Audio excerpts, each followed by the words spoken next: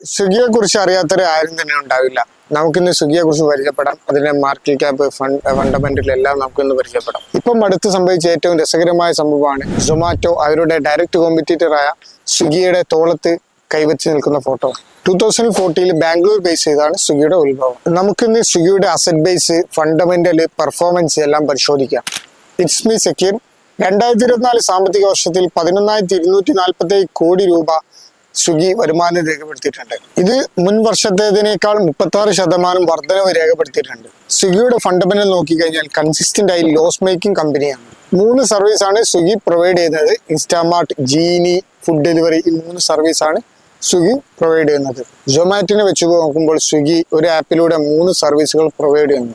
എന്നാൽ സൊമാറ്റോ മൾട്ടിപ്പിൾ ആപ്പായി നിലനിൽക്കും. അതുകൊണ്ട് തന്നെ സ്വിഗ്ഗിയുടെ കസ്റ്റമർ അക്വിസിഷൻ കോസ്റ്റ് സൊമാറ്റോനെ സംബന്ധിച്ചിടത്തോളം വളരെ കുറവാണ്.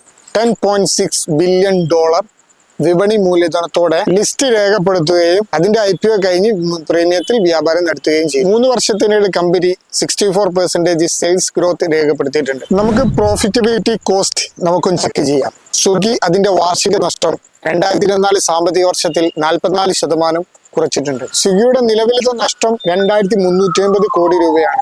2023 സ്വിഗ്ഗിയുടെ നഷ്ടം 4,179 കോടി രൂപയായി. Customer acquisition cost, delivery cost, അതുപോലെ തന്നെ ഇൻവെസ്റ്റ്മെന്റ്, ടെക്നോളജി തുടങ്ങിയ കാരണം കമ്പനിയുടെ ചെലവുകൾ ഉയർന്നു നിൽക്കുന്നു.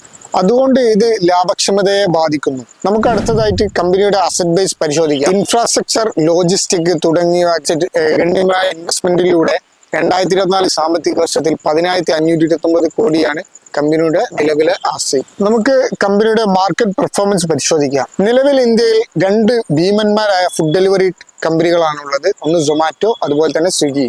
നിലവിൽ വാല്യുവേഷൻ $30.3 ബില്യൺ ആണ് കമ്പനിയുടെ ആസ്തി. ശക്തമായ വിപണി മൂലധനം $10.6 ബില്യൺ.